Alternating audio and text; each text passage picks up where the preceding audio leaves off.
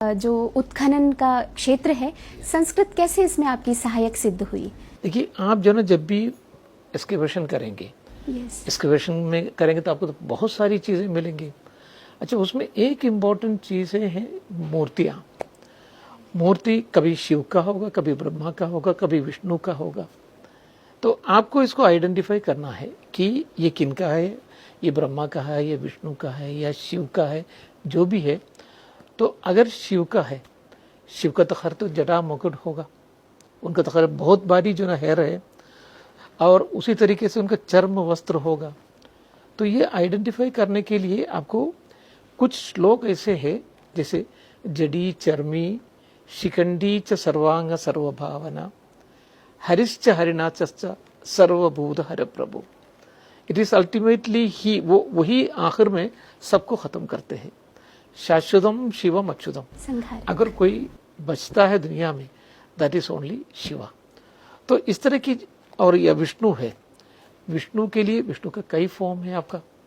तो एक फॉर्म ये है, अनंत शेषाई विष्णु है, शांताकारम भुजगशयनम पद्मनाभम सुरेशम। या फिर आपका डिफरेंट अवतार है, मत्स्य कूर्म वराहस्य नरसिंह वामन तिथे। ये सब चीजें जो ना आपको इमीडिएटली आपको पहचानना है, तो संस्कृत के बगैर आप काम नहीं कर सकते। इसलिए एक तो मुझे दिलचस्पी था, मुझे लगा था कि जो ना मैं शायद पिछले जन्म में कोई ब्राह्मण परिवार में ही पैदा हुआ होगा, तो इसलिए मुझे एक लगाव था लैंग्वेज से, और फिर मैंने उसको आगे भी बढ़ाया, जो मुझे बहुत काम आया बाद में। यदि मूर्तिकला के विषय में हम बात करें तो हड़प्पा काल के बाद हमें सीधा प्रमाण मिलते हैं अशोका काल के, और अशोका काल माना जाता है 300 ईस्वी पूर्व का। और इससे पहले हमें कोई मूर्ति, कुछ भी प्रमाण हमें नहीं मिलता जो कि हम दिखा सके कि इस काल का ये प्रमाण है। अंधकारमय युग वो माना जाता है पहले कहते थे जी। लेकिन बौद्धिक दृष्टि से ये बहुत ही उन्नत काल है। ऐसा कहते हैं कि पुराणों का रचना काल, उपनिषदों का रचना काल, ये यही काल है जो वो काल है। तो बिना किसी एविडेंस के, बिना किसी प्रमाण के आप कैसे ये प्रमाण देते हैं कि पुराणों का रचना काल या उपनिषदों का रचना काल यही एक पीरियड था, यही एक काल था? सही। इसलिए बहुत सारी चीजें हमको पहले से पता नहीं था। इसके बाद जो फिर जो एक्सकवेशन शुरू किया जी, कई जगह पे, जैसे हस्तिनापुर है। हस्तिनापुर जो वैदिक काल में जो एक बहुत बड़ा राजधानी थे। उसके बाद महाभारत में कई जगह के तस्करा दिया है, रेफरेंसेस दिया है। तो उसमें लड़ाई अवॉइड करना चाहता था, तो उसमें पांडवों ने कहा कि हमें तो 5 जगह दे दीजिए। तो अच्छा। उसमें से एक है आपका इंद्रप्रस्थ, दूसरा है तिलपत, बागपत, सोनीपत, इस तरह की 5 जगह है। तो एक तो पहले हस्तिनापुर में एक्सकवेशन किया प्रोफेसर बीवी लाल साहब, जो इंडिया का माने हुए बहुत नामी के रामी आर्कियोलॉजिस्ट है। उन्होंने जब एक्सकवेशन किया तो उनको कुछ ऐसी चीजें मिली, ऐसी प्रमाण मिला, ऐसी पोट्री मिला जो 3rd सेंचुरी BC जो आपने कहा उसके पहले जा रहे हैं। तो उसके पहले जाने का मतलब है ये NBP कहते हैं, नॉर्थर्न ब्लैक पॉलिश्ड वेयर कहते हैं। तो वो पहले हम लोग समझते थे कि ये 7th सेंचुरी BC तक है, लेकिन अयोध्या के एक्सकवेशन के सिलसिले में फिर बाद में देखा तो ये पता चला कि नहीं, ये 1200 BC तक जाते हैं करके। अच्छा। और उसके पहले जो एक डेटिंग है, एक दूसरा पोट्री है, उसको कहते हैं PGW, पेंटेड ग्रेवेयर। ये पेंटेड ग्रेवेयर पोट्री जितने भी महाभारत में रेफरेंस दिया हुआ है उन सारी जगह पे मिला। एट द बॉटम लाइन, सबसे नीचे जो ना ये महाभारत पोट्री जो आजकल जो हम लोग कहते हैं या PGW कहते हैं, वो यहाँ से मिला। एक तो खैर तो आपको हस्तिनापुर से मिला, कुरुक्षेत्र से मिला, और उसी तरीके से ये जो मैंने कहा इंद्रप्रस्थ से मिला। तो जितने भी महाभारत में दिया हुआ था उन सारी जगह से एट द बॉटम लेवल में ये पोट्री मिला। उसके बाद ये हस्तिनापुर के बारे में ये कहते हैं कि लड़ाई में तो पांडवास तो जीत गया जी। उसके बाद जो ना फिर ये लोग चले गए, कैलाश चले गए। लेकिन जो राज्यभार किसी को संभालना भी है तो कौन संभालेंगे, ये पूछने लगा। तो कहा हमारा सबसे यंगेस्ट जो ना वो आदमी राजपाल संभालेंगे। वो कौन है? परीक्षित। परीक्षित जो अभिमन्यु का बेटा था। हाँ। और उसके बाद वायु पुराण में कहते हैं जब उनकी 8वीं जनरेशन फ्रॉम परीक्षित से 8वीं जनरेशन जब रूल कर रहा था वो तो निचक्षु, तो उस टाइम में एक बहुत बड़ा बाढ़ आ गया हस्तिनापुर में, सब कुछ तबाह और बर्बाद हो गया, खत्म कर गया। और उसके बाद जो है फिर उन लोग ये जगह छोड़ के कौशाम्बी चले गया। तो ये वायुपुराण में है। तो उसी के हिसाब से प्रोफेसर बीबी लाल ने एक्सकेवेशन करके देखा, तो फिर सबसे आखिर में फिर उनको एक बहुत बड़ा फ्लड लाइन मिला। अब फ्लड लाइन मिलने के बाद जो है यहाँ सब कुछ खत्म हो गया, और उसके बाद जो है फिर वो चले गया एक्सकेवेशन के लिए कौशाम्बी।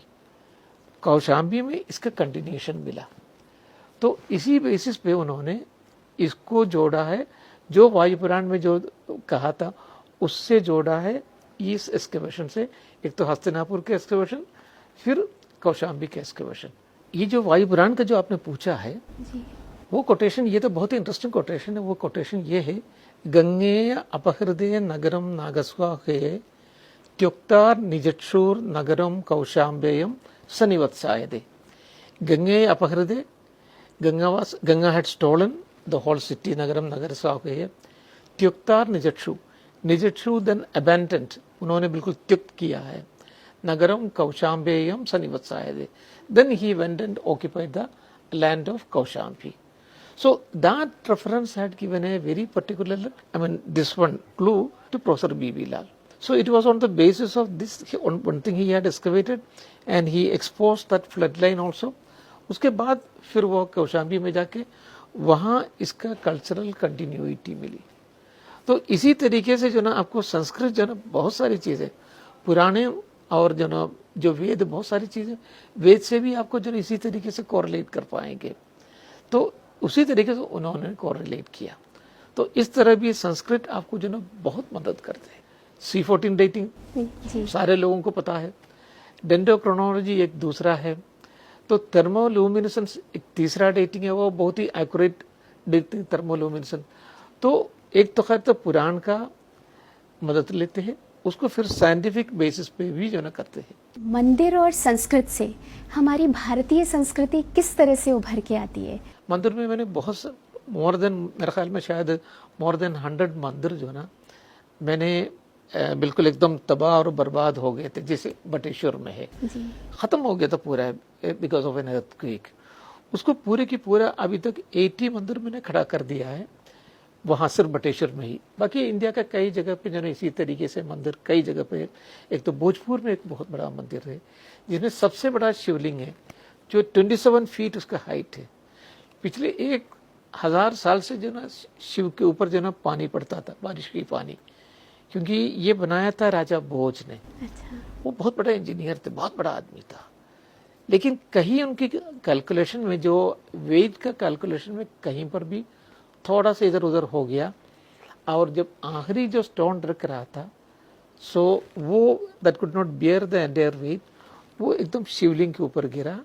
शिवलिंग को थोड़ा सा क्षतिभंग भी हुआ, तो क्षतिभंग होते हैं तो फिर अक्सर जो ना वर्शिप के लिए यूज नहीं करते। लेकिन इतना बड़ा शिवलिंग तो कोई बना भी नहीं सकते, तो फिर लोगों ने वर्शिप शुरू किया, लेकिन पानी इसी के ऊपर पड़ता था। तो मैंने 2005, 2006, 2007 में उसको बिल्कुल एकदम ठीक ठाक कर दिया, और बहुत बड़ा बहुत अच्छा एक गार्डन भी चारों तरफ बनाया, इसके चारों तरफ बनाया। तो आजकल तो बहुत ज़्यादा बहुत अच्छा लगता है, बहुत तो हज़ारों श्रद्धालु वहाँ जाते भी है।